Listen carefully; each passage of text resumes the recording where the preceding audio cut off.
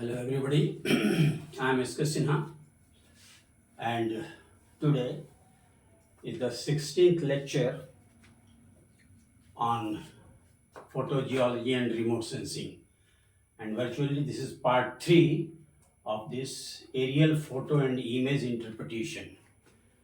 So in part 1 and part 2 I have already discussed recognition elements and geotechnical elements in the interpretation of aerial photo and satellite images. And in part 3, that is today's lecture, we will discuss the convergence of evidences or synthesis of evidences which are obtained from recognition elements as well as from geotechnical element.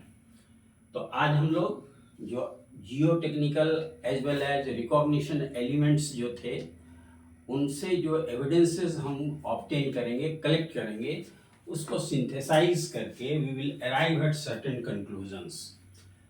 तो हम लोग कह सकते हैं कि जो different lithology या stratigraphic units है, we can identify different type of rock types, different type of litho units, and we will also interpret or identify different structural features.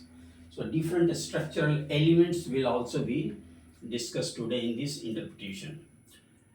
तो सबसे पहले we will discuss what type of lithology can be identified with the help of evidences collected from recognition element as well as geotechnical elements.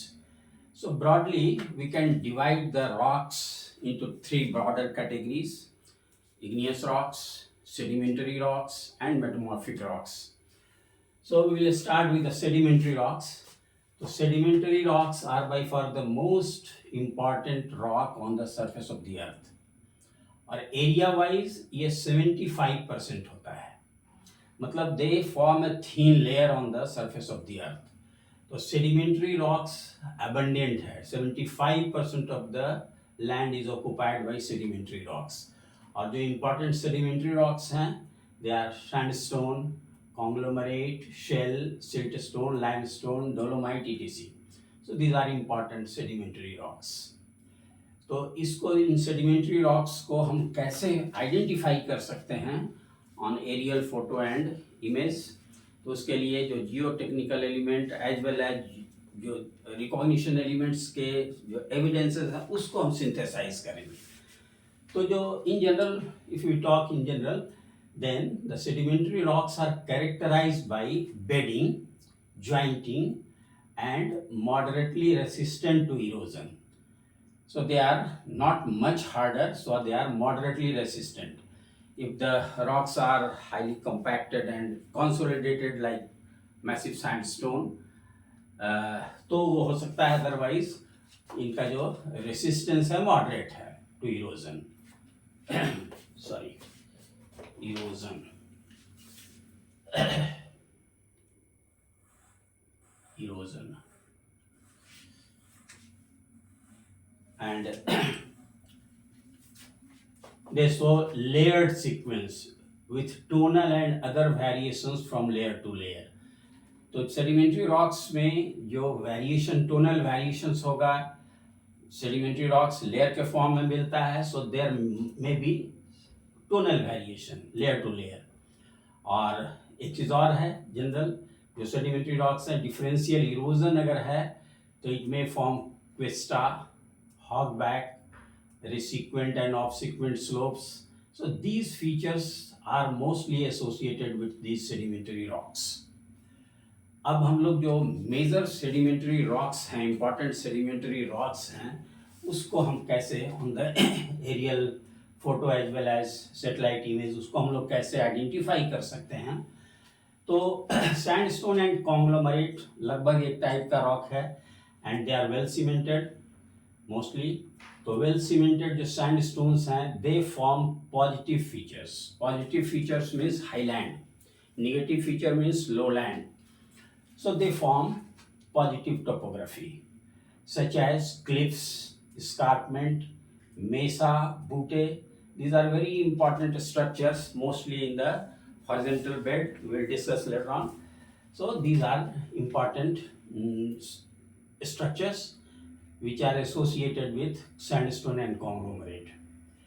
इसके बाद light tone हो सकता है sandstone conglomerate का, mostly light tone होता है, medium texture होगा, but cement या सैंडस्टोन है they may show dark colour in panchromatic images. तो ये जो so light tone medium texture ये किस में होगा, विजिबल रेंज ऑफ स्पेक्ट्रम में होगा, जबकि पैनक्रोमेटिक इमेजेस में इसका जो टोन होगा डार्क होगा. दूसरी चीज है कि जो बेयर सरफेसेस हैं एरिड रीजन में जो है सैंडस्टोन एंड कॉन्ग्लोमरेट्स का ये बेयर सरफेस होगा, means there are almost complete absence of vegetation, और स्पार्स वेजिटेशन होगा, ह्यूमिड में बहुत थिक वेजिटेशन नहीं होगा. So sparse vegetation may be there in the humid region. 1 and 2 sets of joints may be there. दूसरा है rectangular drainage pattern इसमें develop होता है. So these are the important features of sandstone and conglomerate on the aerial photo and image. तो इसके बाद shell है. Shell अगर है तो इसको इसमें bedding, usually shale is divide of bedding. They are fine grain material and one of the most abundant rock in the sedimentary category. Shell is the most abundant, and they usually are devoid of bedding planes. तो bedding हो भी सकता है if they are interbedded with other sediments, तो उस समय ये bedded मिलेगा. और difference in colors, तो difference in colors अगर है due to this interbedding, then shell can be easily identified, and on the basis of tone shell can be identified and differentiated from sandstone. So they have distinctly dark tone. Visible range, visible spectrum में shell का जो tone है ये dark tone होगा. So on the basis of the tone, tone is a recognition element. We have already discussed it. Sorry. तो dark tone होगा cell का, sandstone और कॉन्ग्लोमरेट का लाइट टोन होगा. तो डार्क टोन होता है इसका. दूसरा है कि दे फॉर्म स्मूथ हिलॉक्स. तो चूंकि ये शेल जो है सॉफ्टर है as compare to sandstone and conglomerate, तो उनका जो इरोजन होगा it gives rise to smooth hillocks. लेकिन कोई बहुत हाई टोपोग्राफी नहीं होगा, सबड्यूड टोपोग्राफी होगा. Secondly dendritic to sub dendritic drainage pattern होगा. It is because the internal drainage in shell is less and external drainage is more, because shell is comparatively less permeable although porosity is high. तो इसलिए because of less internal drainage and more external drainage, इसमें shell में typically dendritic to subdendritic drainage pattern होगा. तो shell जो है सो हम लोग आइडेंटिफाई कर सकते हैं. सिमिलरली लाइमस्टोन एंड डोलोमाइट, इसको भी हम आइडेंटिफाई कर सकते हैं on the basis of certain characteristics that may be recognition elements, evidences from recognition element और फ्रॉम द जियोटेक्निकल एलिमेंट्स. तो limestone being soluble in carbonated water, तो ये क्या होगा, sink holes, doline, polje, terra rossa, these are the features which can be considered as geotechnical evidences. तो इन सबों का जो प्रेजेंस है सिंक होल का, doline, polje, terra rossa is residual material. So ये जो है इंडिकेट करेगा कि ये लाइमस्टोन या डोलोमाइट है. दूसरा, लाइमस्टोन और डोलोमाइट्स के लाइट टोन होते हैं and A typical texture it is called mottled texture. तो mottled texture is a very characteristic of limestone and dolomite, and jointing is also present. तो इसके कारण हम आइडेंटिफाई कर सकते हैं. दूसरा है जो सरफेस ड्रेनेज है ऑलमोस्ट एब्सेंट होता है, बिकॉज जो लाइमस्टोन और डोलोमाइट्स हैं क्योंकि सॉल्युबल हैं, और ये सिंक होल, डोलाइन, पोल्जे, ये सब जो है उसके कारण most of the drainage, most of the rainfall goes underground. So external drainage almost absent होगा, surface drainage और external drainage almost absent होगा. So these are important sedimentary rocks which can be identified. Now come to igneous rocks. So igneous rocks are the rocks which are formed due to cooling and consolidation of magma. And this igneous rock may be intrusive in nature or it may be extrusive. Intrusive का मतलब हुआ कि magma जो है deep seated condition में वो crystallise किया है, और extrusive means it has crystallise on the surface of the earth, मतलब सरफेस पर आकर के क्रिस्टलाइज किया, जैसे बेसॉल्ट है या कोई दूसरे लावा फ्लो भी हैं, तो ये हो सकता है. तो इग्नियस रॉक्स में बी इंट्रूसिव और इट मे बी एक्सट्रूसिव. तो on the basis of the mode of occurrence intrusive and extrusive igneous rocks may be identified. Further, the intrusive igneous rocks may be acidic or it may be basic. Acidic igneous rock का example हो सकता है granite, ग्रेनोडायोराइट, ये सब हो सकता है, पिग्मेटाइट, ये सब एसिडिक igneous rocks का एग्जाम्पल हो सकता है, इंट्रूसिव है ये. और बेसिक जो है, बेसिक इंट्रूसिव्स कौन कौन से हो सकते हैं? गैब्रो हो सकता है, डोलेराइट हो सकता है. So these are basic intrusives. तो जो एसिडिक इंट्रूसिव्स हैं, जैसे से फॉर एग्जांपल ग्रेनाइट, तो they have characteristic shapes. Shape के कारण इसको हम आइडेंटिफाई कर सकते हैं. जैसे इसमें बैथोलिथ बड़ा इंपॉर्टेंट है. तो intrusives, mostly acidic intrusives, they occur as a batholith, also as a laccolith. तो बैथोलिथ, लैकोलिथ, ये एक इम्पॉर्टेंट शेप है. दूसरी चीज़ है कि इसका जो टोन है एसिड इंट्रूसिव का, ये लाइट टोन होगा, कोर्स टेक्सचर होगा, लैक ऑफ स्ट्रेटिफिकेशन होगा, because they have intergranular texture, you can say interwoven texture और इंटरग्रैनुलर टेक्सचर. तो इसमें क्या होगा कि बेडिंग नहीं होगा, स्ट्रेटिफिकेशन नहीं होगा, and they form rounded hills, mostly rounded hills. और अगर लाइट टोन है तो ये आपको विजिबल रेंज में होगा, और dark tone thermal IR, thermal infrared में अगर हम लोग देखें तो ये जो बेसिक एसिड इंट्रूसिव्स हैं, they appear as dark tone. इसके बाद इसमें जॉइंट्स प्रेजेंट होंगे, 2 सेट्स ऑफ जॉइंट्स. ग्रेनाइट का बहुत कॉमन है, 2 sets of joints, but they are irregular in nature. और जो वेजिटेशन है ये स्पार्स वेजिटेशन होगा, sometimes thick also may be there. और जो ड्रेनेज है वो रेक्टेंगुलर ड्रेनेज होता है. So these are the characteristics of acid intrusive igneous rocks. Now come to extrusive.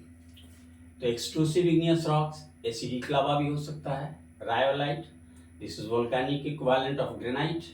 तो एसिडिक लावा हो सकता है और बेसिक लावा हो सकता है. से फॉर एग्जांपल बेसाल्ट हो सकता है, और ट्रैप भी है.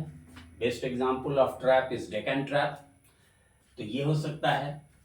और जो एसिडिक इंट्रूसिव है और बेसिक इंट्रूसिव है, दोनों में डिफरेंस ये है कि they tend to heap up. Acidic का इंट्रूसिव अगर है तो they tend to heap up because the silica content is more.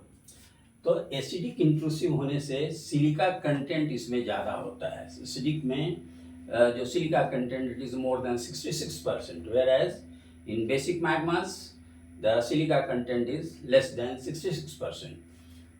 So acidic extrusives, they occur in the form of you can say hills or hillocks. So they heap up, they tend to heap up. So hammocky surfaces, light tone होगा. Basic में क्या होगा? ये tabular bodies of wide areal extent, means plateau बनाएगा. Plateau basalt भी कहते हैं हम लोग. तो ये टेबुलर बॉडीज है. एंड सम वोल्केनिक फीचर में बी एसोसिएटेड, जैसे कोन हो सकता है, वोल्केनिक क्रैटर हो सकता है, प्लग हो सकता है, स्टेप फीचर, जो डेक्कन ट्रैप की बात मैंने की. तो डेक्कन ट्रैप में बिल्कुल स्टेप लाइक अपीयरेंस होता है. तो ये फीचर्स हो सकते हैं. So they may be associated with this basic extrusive. इसके बाद जो बेसिक इंट्रूसिव्स है, इसका एक कैरेक्टरिस्टिक होगा कि ये डार्क टोन होगा विजिबल स्पेक्ट्रम में, तो डार्क टोन होगा, जबकि एसिडिक कैसा था, ये लाइट टोन होता है। तो this is dark tone in visible, और ग्रे टू लाइट ग्रे हो सकता है, NIR and SWIR, near infrared, short wave infrared. इसके बाद मॉटल्ड टेक्सचर इसमें हो सकता है बेसिक एक्सक्लूसिव में। Now one more important, if it is basalt then columnar basalt is very common. So columnar basalt, this hexagonal column like this, almost hexagonal or polygonal. So they in cross section. So in cross section, joints are like this, and they appear as a very big columns. So columnar joints may be identified on the aerial photo and images. So this is one important feature. Then if we study the drainage pattern, so fine dendritic drainage in plateau basalt. तो प्लेटो basalt चूंकि flat है, इसलिए इसमें जो dendritic pattern develop होता है वो fine dendritic होता है। समटाइम्स अगर ये कोई वोल्केनिक कोन वगैरह है, in that case radial pattern में भी develop, radial pattern of drainage, और sometimes annular drainage. So radial is like this, radial like this,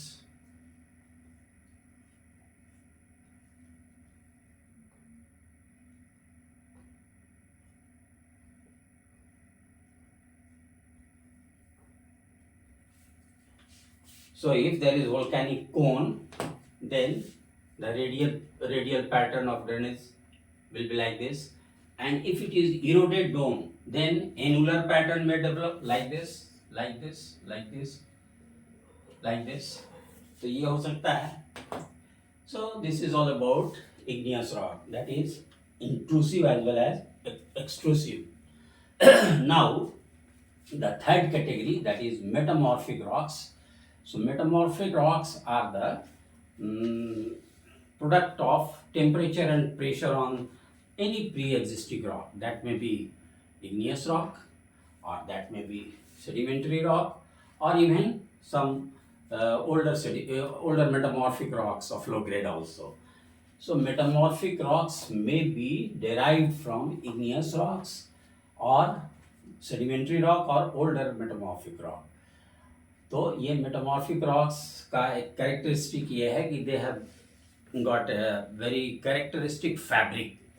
So we will discuss and ये identified by their fabrics. और fabrics, metamorphic fabrics कैसा होगा? Preferred orientation may be there, foliation may be there, cystosity may be there. So these are different fabrics which are expressed on the aerial photo and images. और जो common metamorphic rocks हैं, slate है, फिलाइट्स हो सकते हैं, cyst हो सकते हैं, gneiss, quartzites, marbles, these are important metamorphic rocks. तो अगर मेटामॉर्फिक रॉक्स में कोई प्रेफर्ड ओरिएंटेशन है, कोई प्लानर स्ट्रक्चर है, जैसे फोलिएशन है, सिस्टोसिटी है, तो they are mostly expressed in the aerial photo and images and they can be identified. अब हम लोग थोड़ा सा जो इम्पॉर्टेंट मेटामॉर्फिक रॉक्स हैं उसकी बात करें, जैसे स्लेट, फिलाइट एंड सिस्ट। तो slate, phyllite and schist are comparatively incompetent. Incompetent means less hard and compact. तो slate, phyllite and schist they form negative topography और negative feature. Negative feature means they form a low land, and if high land तो then subdued hills, मतलब बहुत छोटे hills बनाएंगे, बहुत कोई बड़े हिल्स नहीं बनाएंगे। तो ये एक तो फीचर ये इससे आइडेंटिफाई होगा। Usually negative topography means any valley में भी देयर, या अगर पॉजिटिव टोपोग्राफी है भी तो सबड्यूड हिल्स का फॉर्म में होगा। स्लेट का जो टेक्सचर है विजिबल में, ये होता है डार्क टोन, डार्क टोन होगा। फिलाइट और सिस्ट का जो है सो मॉडरेट टू लाइट टोन होगा। ये विजिबल रेंज की बात है। So in visible spectrum, satellite shows dark tone, whereas phyllite and cis they show moderate to light tone. ये है. इसके बाद इसमें जो ड्रेनेज है वो डेंड्रिटिक टू ड्रेनेज होता है, डेंड्रिटिक टू रेक्टेंगुलर ड्रेनेज. तो ये रेक्टेंगुलर ड्रेनेज होने का कारण ये है, it is controlled by foliation. तो रेक्टेंगुलर में क्रॉस करता है, एक ड्रेनेज ऐसा है उसको ऐसे क्रॉस करेगा, तो एक ये फोलिएशन को फॉलो करता है, दूसरा ये इसका स्लोप को फॉलो करता है, लाइक दिस. सो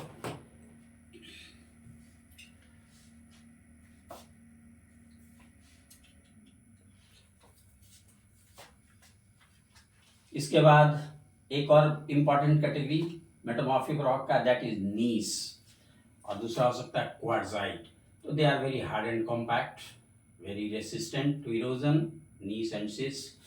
तो usually they form positive topography. Positive topography means highland, highland बनाएगा, हिल्स बनाएगा, और टोनल बैंडिंग इसमें होगा इम्पॉर्टेंट. नीस में क्या होता है, alternate dark and light colour के मिनरल्स अरेंज होते हैं. So they show tonal banding and microlineation may also be identified. तो ये चीज़ है. क्वार्ट्जाइट में वो नहीं होगा, क्वार्ट्जाइट में टोनल बैंडिंग नहीं होगा, नीस में होगा. But gneiss and quartzite both form positive topography means highland. और दूसरी चीज़ ये है कि parallel to subparallel valleys and hills, ये जनरली बनाता है. और ये अंडुलेटिंग टोपोग्राफी बहुत कॉमन है. Undulating topography means wavy topography. तो ये इसमें इम्पॉर्टेंट है. तो इतने तरह के जो इम्पॉर्टेंट रॉक टाइप्स हैं, ब्रॉडर टाइप, उसको आइडेंटिफाई किया जा सकता है on the aerial photo and images. लेकिन जो माइन्यूट चेंजेस है, that is difficult to identify on the aerial photos. For example, we cannot identify granite and granodiorite, or we cannot identify dolomite and limestone. So small changes, or there may be slight change in the slate, or slight changes in phyllite. So slight changes in the rock type are difficult to recognize on the aerial photo and images. But जो major rock types हैं, they can be identified. Now, structural features, we can also interpret many structural features on the basis of different evidences, recognition elements and geotechnical elements. तो उसके evidences के आधार पर certain structural elements or structural features may be identified. And important structural features include bedding plane or lamination, fold, fault, lineament, shear zone, etc. तो ये सब जो important structures हैं उसको हम स्टडी कर सकते हैं, आइडेंटिफाई कर सकते हैं. तो बेडिंग जो है ये सेडिमेंट्री यूनिट है. Bedding is a sedimentary unit, और उसका जो स्मॉलेस्ट यूनिट है दैट इज कॉल्ड लैमिनेशन. तो बेडिंग जो है एक तरह के फिजिको केमिकल कंडीशन में जो बनता है, दैट इज कॉल्ड बेडिंग. और ये स्टिल इसका स्मॉलर, ये यू कैन से कि so many laminations make bedding. तो ये है. फोल्ड उसी तरह से, फोल्ड्स आर अंडुलेशंस और wavy structures produced in the rocks due to stress operating on the rock. ये हो सकता है. फॉल्ट है, fault means there is displacement, relative displacement of the rocks. तो ये फॉल्ट का आइडेंटिफिकेशन किया जा सकता है. लिनियामेंट क्या है? लिनियामेंट एक बहुत बड़ा फीचर है, we can say linear feature है, that may be straight line और दैट में बी कर्विलीनियर. तो ये भी एक इम्पॉर्टेंट है. शियर जोन क्या है? फॉल्ट ही है, but there are series of faults along which there is a shearing of the rock. So these are important features. अब हम लोग जैसे बेडिंग या लैमिनेशन है, तो बेडिंग और लैमिनेशन इट में बी हॉरिजेंटल और इट में बी सब हॉरिजेंटल. तो हॉरिजेंटल और सब horizontal beds they express their attitude. वो कैसे होगा कि अगर ये हॉरिजेंटल सब हॉरिजेंटल बेड्स हैं तो उनके जो वाइड आउटक्रॉप जो होंगे वाइड आउटक्रॉप होगा। सो वाइड आउटक्रॉप। दूसरा है जो कॉन्टैक्ट्स है, दो रॉक के बीच का जो कांटेक्ट है वो हमेशा कैसा होगा, ये ऑलमोस्ट सेम एलिवेशन पर होगा। तो suppose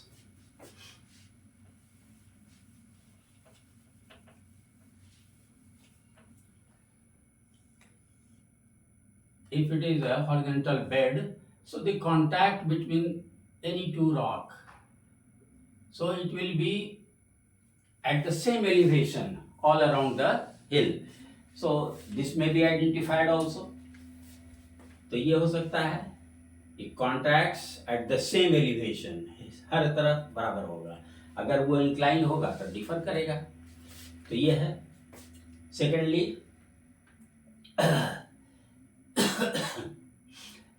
uniformity of erosion over large areas.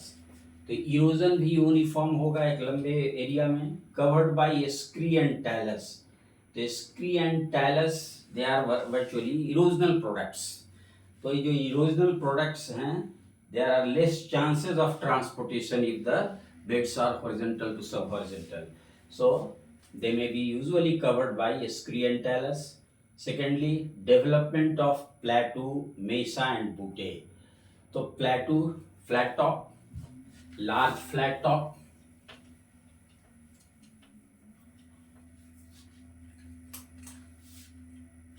this is plateau, this is plateau,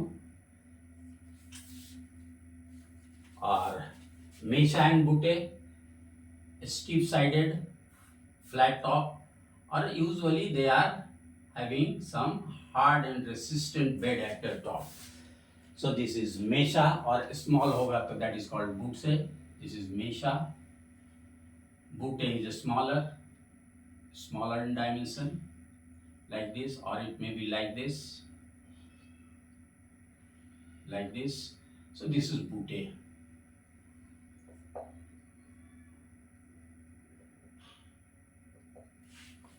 So these are the structures which are associated with horizontal and sub-horizontal beds. If the beds are medium dipping, then absence of scree and talus वो नहीं होगा, वो transport हो सकता है easily. इसके बाद they form excellent gentle resequent and steep off sequent slope. Resequent means along the tip.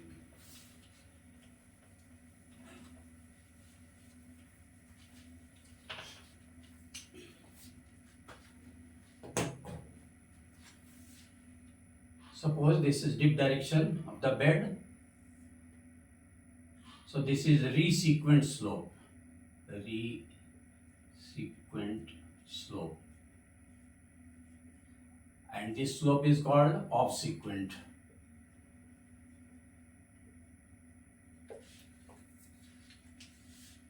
तो मीडियम डिपिंग बेड्स जो होंगे उसमें क्या होगा कि ये जो जेंटल होगा, resequent slope will be gentle, this one will be gentle, and obsequent slope opposite to the dip direction ये स्टीप होगा, steep obsequent slope.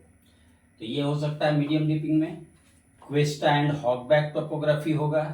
Cuesta में भी उसी तरह से होता है। ये एक रीसीक्वेंट स्लोप है और इधर ऑफ सीक्वेंट स्लोप है। ये अगर बहुत स्टीप हो गया then it is called Cuesta. और हॉकबैक में ऑलमोस्ट सेम होता है, दोनों 45 डिग्री पे होगा। तो इन हॉकबैक्स